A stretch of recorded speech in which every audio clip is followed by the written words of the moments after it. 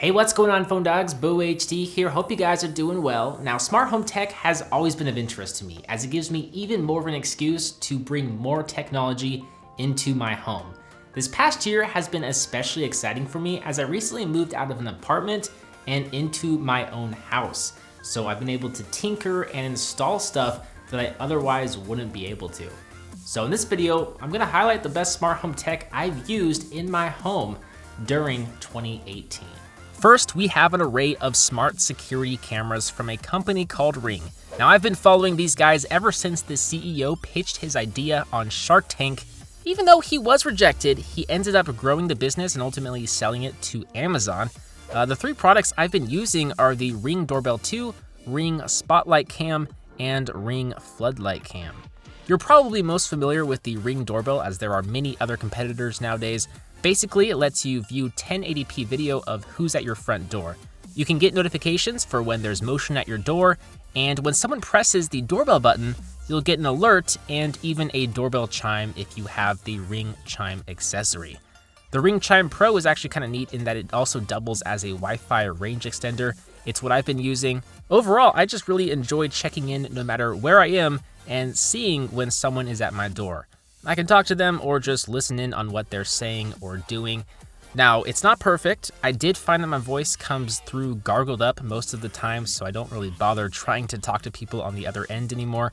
Also, while I have hardwired this unit, there's clearly not enough power going through my system to keep it fully charged all the time, so I have to replace the batteries.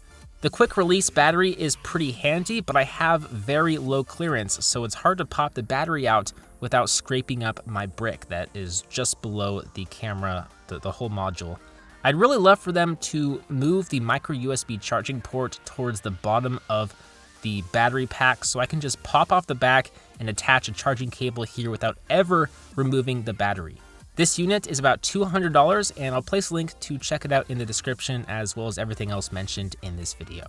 The Ring Floodlight Cam is set up in front of my garage, and it gives me access to all the cars that pull into my driveway. It's completely hardwired, so you don't have to worry about batteries, which I absolutely love because I feel like the video stream loads faster than the Ring Video Doorbell, and the quality seems higher than the Doorbell 2. If you had a floodlight system already installed like I did, you'll find that this installation is really easy. You get two bright LED floodlights that are warm and should last for many years before they need to be replaced. You can program certain times for them to stay on and turn off automatically, and you get the motion alerts just like the Ring Video Doorbell 2. What's neat about the floodlight cam compared to the doorbell is that it features a loud siren that you can activate if you run into an intruder. The last Ring product is kind of an accessory to the floodlight cam. It's called the Spotlight Cam Battery. Since it uses battery power, you can stick this cam up just about anywhere your Wi-Fi reaches and get a view of that area. So I set it up in my backyard and actually used it as an outdoor utility light for a while I was remodeling my deck. It's also neat to see 1080p HD video of my dog Arlo when he's outside and I am away from the house. When he gets into trouble, I just connect to the camera and yell out his name remotely, and he stops whatever it is he is doing. I will say the batteries don't last a very long time if the camera is in a heavily trafficked area or a very cold environment. They probably last a week or two. The good news is that you can add two batteries for extended longevity, or you can attach a wired charging cable, which is what I did. It cost me like $15. I'll leave a link to this cable down below if you're interested, as well as to the $200 Spotlight Cam battery. Moving inside, we have the Shark Ion Robot Cleaning System. It's a cleaning system because it takes a two-pronged approach to cleaning. You have the autonomous robotic vacuum cleaner, as well as a hand vacuum for those hard-to-reach places. I think I've actually used the hand vacuum more than the actual Roomba unit itself. Well, actually probably not, but I do use it a lot on the couch or to vacuum up dust piles. The autonomous vacuum unit cleans surprisingly well, though I only have hardwood floors and a few rugs, so your experience might vary if you have all carpet. It is relatively quiet. It is more quiet than my Roomba. It has notification beeps if it gets stuck, and there is a pretty large dustbin. What's neat is that it can be voice controlled with Alexa or the Google Assistant, or manually via the app. My only major complaints are that it doesn't have as many cleaning patterns as some others I've tested, and it has recently started not charging properly on its own. When it returns to the charging base, sometimes it just doesn't line up with the charging pads, so it doesn't charge effectively. I've reached out to the PR team that actually supplied this unit to us, but they have yet to get back to me. I feel like if the PR team is not going to get back to me in a timely manner, customer service probably isn't that great either. I'm just being honest. It does cost upwards of $400 to $500, but I'll place a link to pick it up for about $300, give or take. Now, a smart home would not be a smart home without smart bulbs. These are the LifeX multicolored LED Wi-Fi enabled light bulbs that are dimmable and work with the Google Assistant or Amazon Alexa. I've used these for years now, and what I like about them is that they don't require a hub to connect to. Everything you need to get these up and running is inside the bulb itself. You just need to connect them to the app and they'll start working. They can be a little bit pricey, coming in at around $18 to $60, depending on if you want the white bulbs or multicolored bulbs. But speaking of Wi-Fi, in order for all these products to be working properly, I got the Eero Mesh Wi-Fi system. This system comes with 3 units, which can cover between 2 to 4 bedrooms. Now, I have a ranch-style home, so I'm able to put the hub in the middle and put 2 beacons towards each ends of my house. I'll place a snippet of the wireless specs below, so I don't have to read all those numbers out loud. The system is fast, it's pretty sleek, and really easy to set up. All very good things in a Wi-Fi mesh system. Basically, you just install the app and run through the setup process. It's all very straightforward. I always expect to run into technical issues when messing with my router or modem, but this was great. If you're in need of a new router to extend your Wi-Fi range, you should look into a mesh Wi-Fi system like the Eero system I have here. Since they are relatively new tech, they can be a little bit pricey. This unit does cost about $360, but it works with Alexa. It has some of the latest cutting-edge Wi-Fi specifications, and it should fix your range issues and do a better job than Wi-Fi range extenders.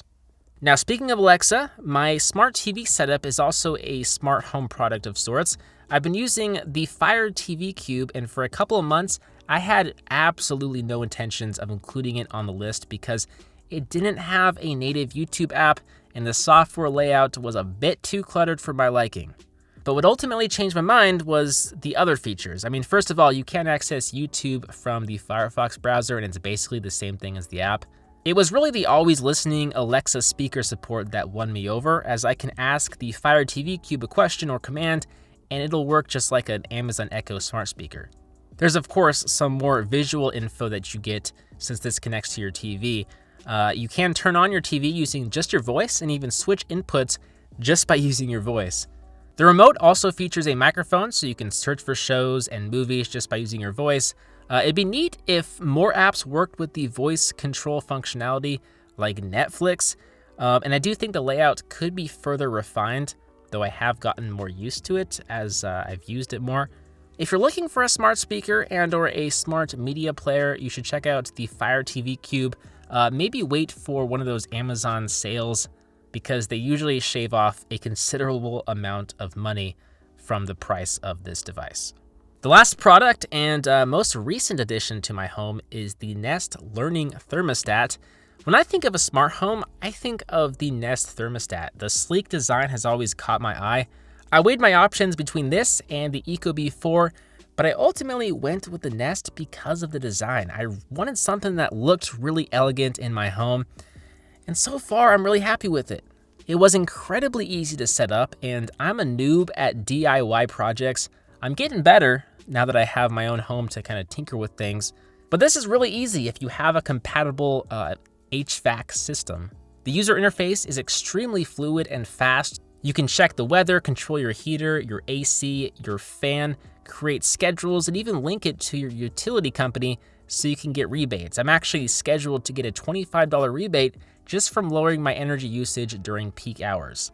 It does, of course, work with Alexa and the Google Assistant. There are other options out there that may not cost as much, but if design and ease of use is a requirement, I really think there's only one option for you. With that last one, those are some of my favorite smart home products of 2018. Now that I have my own house, I can go absolutely crazy with the smart home tech. 2019 is gonna be pretty exciting, I think. So I hope you guys learned something today. If you're interested in any of the products mentioned in this video, please check out the links down below in the description. As always, I'm BoHD from PhoneDog.com. I hope you enjoyed this video. Thank you for watching, and I will see you right back here in the next one. See ya.